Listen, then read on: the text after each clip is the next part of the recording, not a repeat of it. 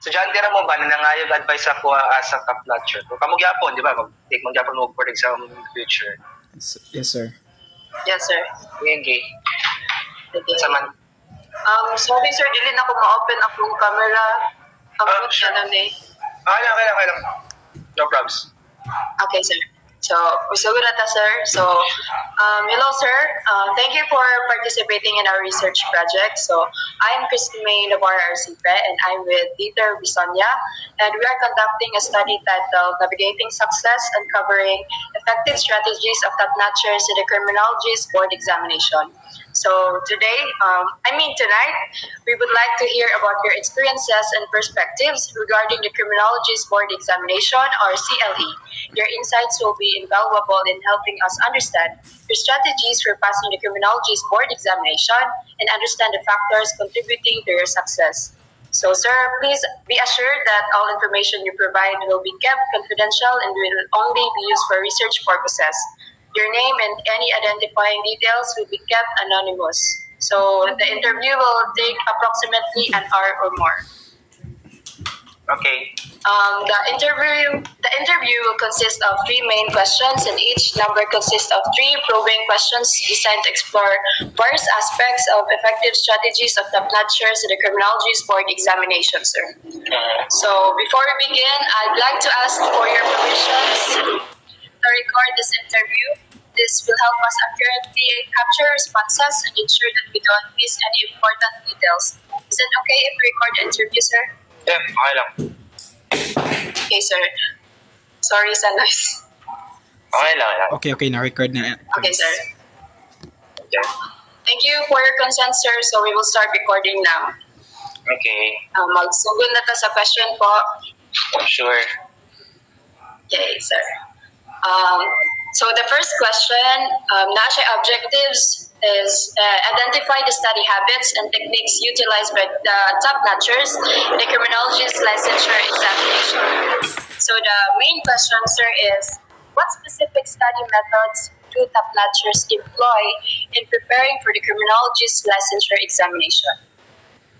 Study method. So, during my time, okay naman siguro Tagalog, Bisaya, English. Yes, sir. po. Okay, Yes. so during my time, I only have 6 months to review. So within that 6 months, it's very crucial kasi very short time siya. So I need to maximize the time. So ang first na ginawa ko talaga to maximize the time is I need to have my I need to plot my study schedule from morning, lunch, afternoon, evening until midnight. So naka-plot yan siya. I need to have my own, meron ako sariling calendar para makita ko yung makita ko yung study schedule ko every single day. That's very important kasi para maging efficient ako sa oras and sa effort na ibibigay ko. And at the same time, one very important factor, especially when you are preparing the board examination, number 1, kailangan marami kang materials. You must have materials. When I say materials, reliable and at the same time, updated materials. So, hindi pwede na mag-rely ka lang sa mga konting materials or unreliable materials. So, ang ginawa ko before, way back then, I gathered all my books, lahat ng mga reviewers ko way back when I was still in college. Pumunta ako ng library sa University of Mindanao, gather some reviewers.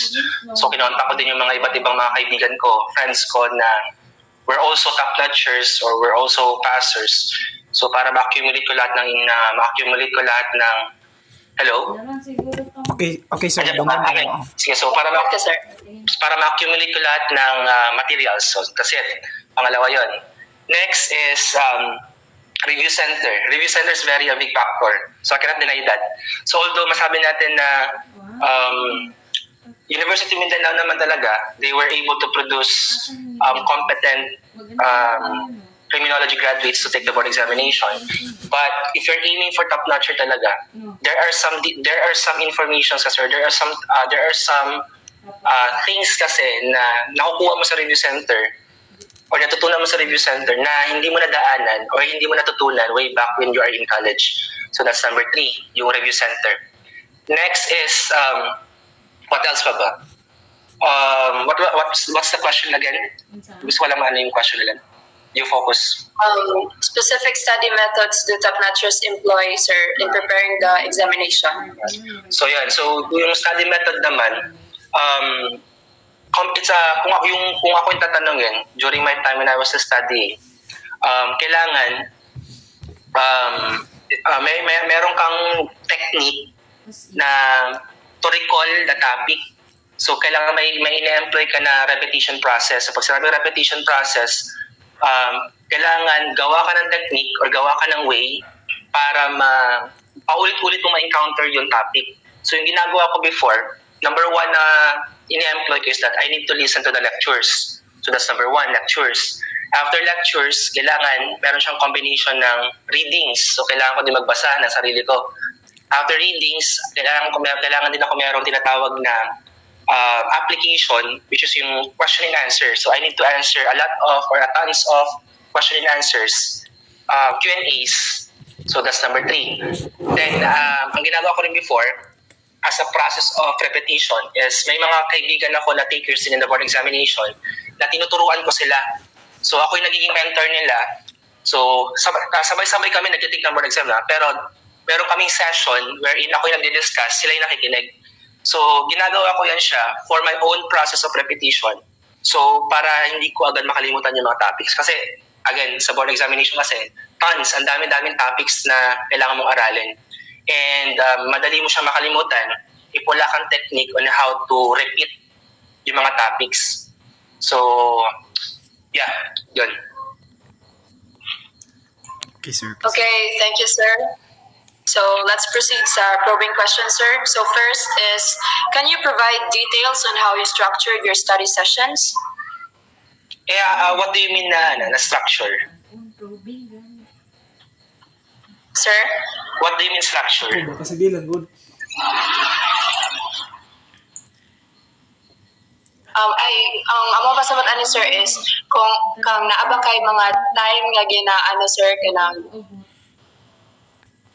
ginabasihan or naaba kay kantay kanang naaba kay ginagamit like naa kay Manila paper sa wall or any service you study structure, no? So ako naman kasi I'm a very visual type of person. So hindi enough sa akin na more on reading lang. So I need to have na meron akong hinawakan na pen and highlighters. Kasi in that way, kasi again, I'm a very visual person. The more ko siya na-highlight, the more ko siya sinusulatan, the more ko siya naaalala. And I'm also fan of making diagrams, graphs, tables, charts. Kasi in that way, mas na-appreciate yung discussion. So, for example, there's a certain topic na kinakailangan ng process. It's a process, for example, sa probation. So, sa pag-apply ng probation, may process yan. Kung babasahin mo lang siya sa manual, medyo mahirap. So, ang ginagawa ko pa sa may mga process na pinag-uusapan, I make my own flowchart. Then, isusulat ko yan siya sa any piece of paper. So, para madali ko siyang maalala. And at the same time, as if when I was still reviewing, mahilig akong gumamit ng mga sticky notes. So I always put sticky notes sa mga pader ko, sa mahigaan ko, sa drawers ko, para anytime, nakikita ko sila. Anytime na every lingon ko, may nakikita ako na mga topics. Kasi again, going back to my what I said a while ago, I'm a very visual person. So aside from that, I'm very fun din na magturo nga. That's one way talaga. Mahilig ako magturo ng mga kaibigan ko in taking the board exam. So, in that way, ang ginagawa ko before, kailangan ko magturo na walang hawak na kopya. So, hindi, wala akong notes, wala akong book, wala akong reviewers. Nagtuturo lang ako based on kung ano lang yung laman ng utak ko. So, in that way, na-challenge ko yung self ko if may natutunan ba ako or wala. So, yeah, yun. Okay, sir. Thank you, sir. So, ang ikadalawa, sir, is what types of study materials were most beneficial to your preparation? Yeah, so number 1 talaga, books. So, I cannot deny that. Importante yung books. So, kaya nga, ako, luckily din, fortunately, hindi ko tinapon or hindi ko dinispose yung mga book ko when I was still first year college until yung fourth year ako. So lahat na naka-intact. Kasi majority of your foundation kasi is coming from your books. Then books, aside from books, kailangan meron ka din mga supplemental na mga review materials from review centers. Of course, review centers. So, supplementary yun. Pero kasi sa mga review materials kasi, concise din sila. So, majority of them, kinuha lang din sa mga books. So, that's number 2. Also, mga soft copies. I also have soft copies. So, importante din yun. Mga soft copy na mga materials ko. Question and answer. Importante din ang mga question and answer ng mga materials. Hindi rin pwede mawala yun kasi question and answer will test your kung may natutunan ka ba or wala. It will test if hanggang saan na ba yung natutunan mo. So that's important as well. And also, sa amin kasi sa review center namin before, we have recorded lectures. So, mga recorded lectures sila, although kahit wala ka sa face-to-face na review, may mga available recorded videos. Also, I use internet. Importante ang internet. So, yan yung problema ng mga reviewers kasi they are more on relying sa mga review materials na binibigay sa kanila. Nakakalimutan nila importante rin pala yung internet like Google. So, may mga bagay na hindi mo nakikita sa mga review materials pero present sila sa Google. Yun. Okay, sir. Thank you, sir. So, next, sir, is were there specific resources or sources of information that significantly contributed to your success, sir? Sources of information? Sources of information, sir. So, sources mean, what do you mean sources dito? Like, any sources? Yes, sir. Yes, sir. 1 month Okay. na lang, guys. So, if you will ask me to make it simpler na lang siguro yung question kung saan ko nakuha yung mga informations na nagamit ko during the board examination. Of course, number 1 is syempre sa school talaga. That's your basic foundation. 4 years ka nagstay sa college eh. So, especially in University of Mindanao, majority of my foundation talaga is coming from University of Mindanao. Yung kung saan ako nang galing. So, nandun. So, sa mga professors, of course, professors natin, ninyo, when we are still in college. What else pa ba? Sa mga review materials, of course, yung sabi ko kanina, yung mga review materials, internet. Okay, hindi naman mawala yan sa internet. Pag sinabi kong internet, lahat na yun, YouTube, Google, mga online libraries, yun. Ano pa ba? Mga sources na pinagkunan ko before. Yung mga previous takers, especially mga previous top-notchers. So, ang laki ng tulong nila sa akin because of them, na nagkaroon ako ng idea what are the topics na tinatanong sa board exam or yung mga previous friends ko na nag-take ng board examination. What else pa ba? I guess yun lang naman. So, thank you, sir. So, let's proceed na po sa second objectives, sa second setong main questions. So, the objective is to examine the strategies employed by top-notchers to manage stress, anxiety, and pressure during the preparation and examination phases of the criminology licensure process. So, the main question, sir, is what are the common stressors encountered during the preparation and examination phases of the criminology licensure? So, if you will ask me regarding stress, number 1 talaga, na I cannot deny it, and I always tell this naman talaga sa mga nagtatanong sa akin, yung pressure actually. Kasi, again, I graduated cum laude sa University of Mindanao. So, alam niyo naman siguro na majority of top-notchers sa University of Mindanao are not Latin honors. So, it adds pressure on my part kasi nga, cum laude. So, naging cum laude ako guys for your information. Ilang years na nakalipas. So, like 10 years na wala nang it's like almost 10 years na wala nang Latin honor ang college natin.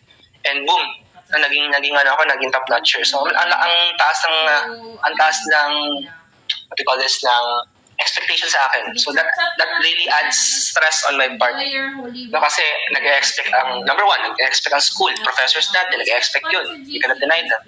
Nag-expect yung mga classmates ko, both undergraduate and during review.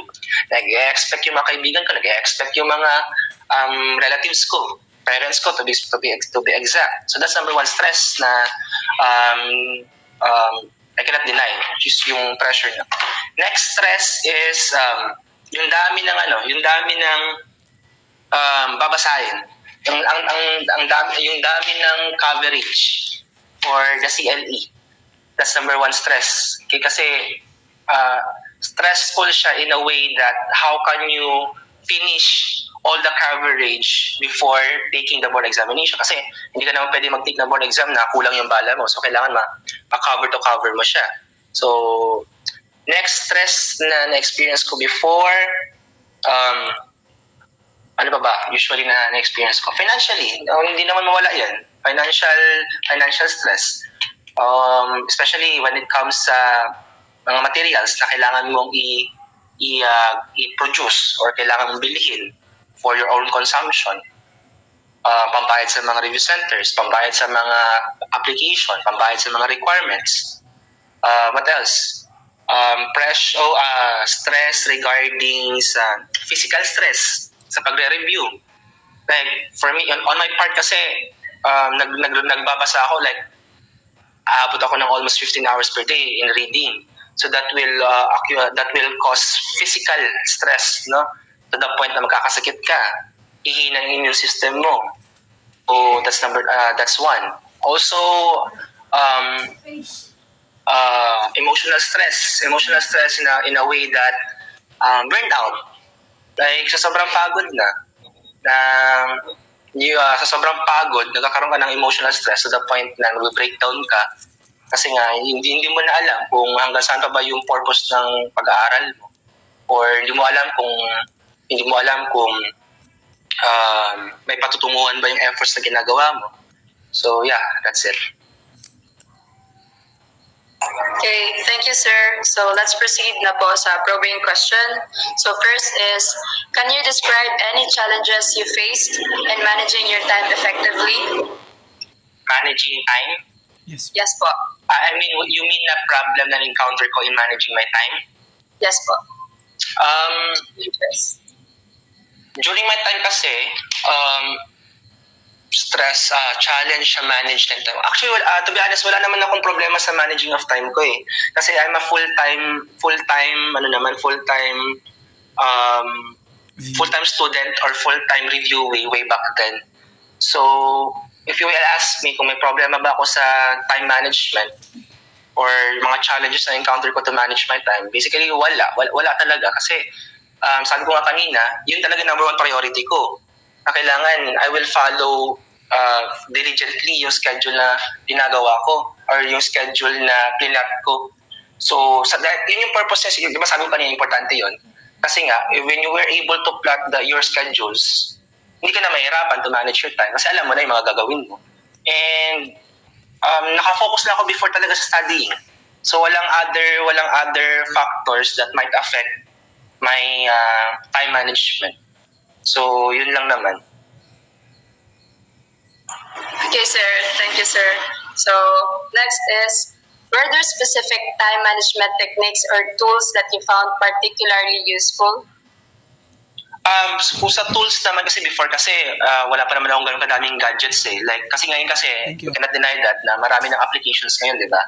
Na pwedeng magamit para tulungan ka, di ba, to plot your nag-record your time.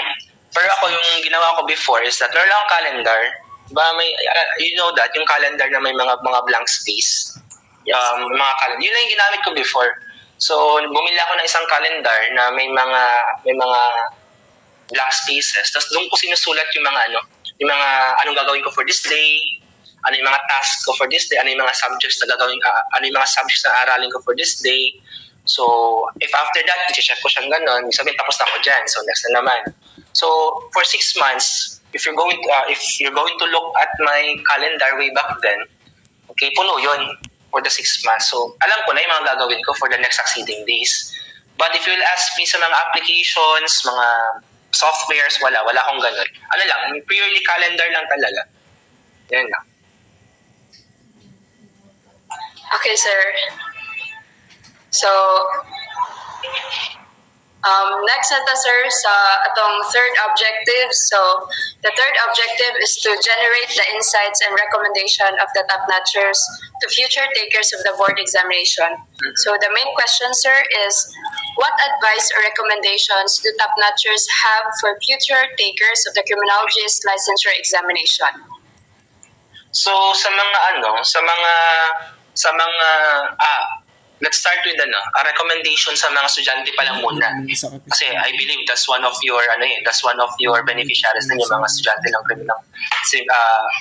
criminology na nag-graduate pa lang. So my suggestion is that or my recommendation is that wag nilang i-take for granted yung foundation na makukuha nila during college days kasi importante 'yon. That will really a big factor sa preparation mo in the board examination. So ako particularly, hindi ako nahirapan during my 6 months review kasi alam ko na medyo maganda yung foundation ko during college. So ang mindset kasi ng mga ibang estudyante, sige lang, bawal ako sa review, bawal ako pag magte-take ako ng board exam. For me, in my own opinion, kung kaya mo na pala magbigay ng effort during your college days, ibigay mo na. Para pagdating sa mismong preparation for the board examination, hindi ka na mangangapa, hindi ka na mahihirapan. So that's one of my recommendation. So second recommendation ko is importante ang review materials. Kasi kahit gaano ka katalino, kahit gaano ka kagaling, kung wala ka naman binabasa, or yung binabasa mo naman is hindi naman reliable, or hindi naman yung binabasa ng reliable or hindi naman updated, useless pa din. So you must be smart enough to choose materials na gagamitin mo for the board exam. So parang weapon mo yan parang gera lang yan atin ka ng gera, tapos yung gamit mong weapon is sira-sira. Yung gamit mong weapon is hindi maganda, hindi in good condition. So matatalo ka. The same lang din yan sa board exam. Your weapons are your review materials. So importante yun. Next is kailangan meron silang kung kaya nila, if they have budget, okay, importante ang review center. So although may iba naman talaga na kaya nilang i-hurdle ang board exam even without attending review center, that's fine, wala namang problema doon. Believe nga ako sa kanila But if kaya mo naman, or if you have means or money or budget, mas mapapadali yung buhay mo talaga if you will attend review center. Kasi sa review center kasi, they are focused talaga in board examination. Like now, I'm one of the lecturers sa review centers. So, ang approach sa review center talaga is more directly intended for the board examination. So, i-guide ka talaga doon. So, malaking tulong talaga yun. No, next is kailangan meron kang support system. Pag sinabi support system, that includes your friends, relatives, loved ones. Kasi to be honest, in the board examination, stressful siya, draining siya. So kung wala kang support system, the tendency is that ikaw din mismo ang mahirapan. Mahirapan ka mag-cope up.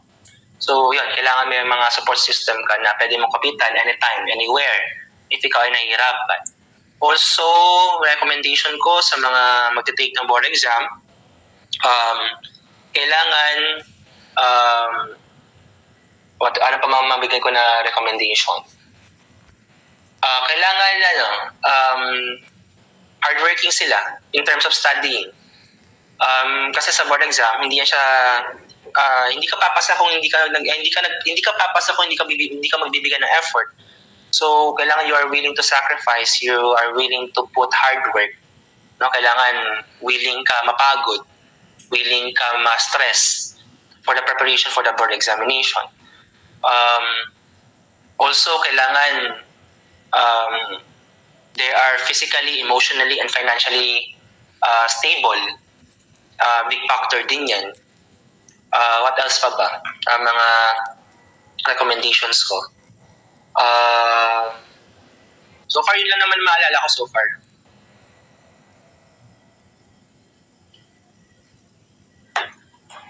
Okay, thank you, sir.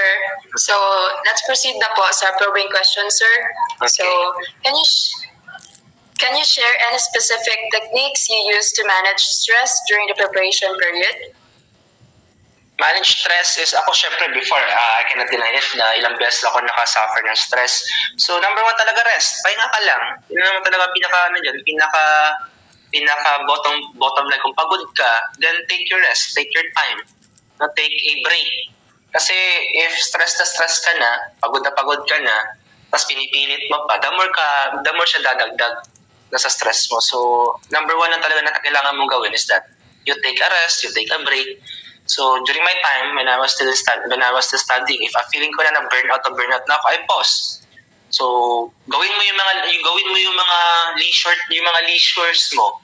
So depende na yan sa reviewing kung ano yung mga leisures nila. Ako when I was still in way back then, mahilig ako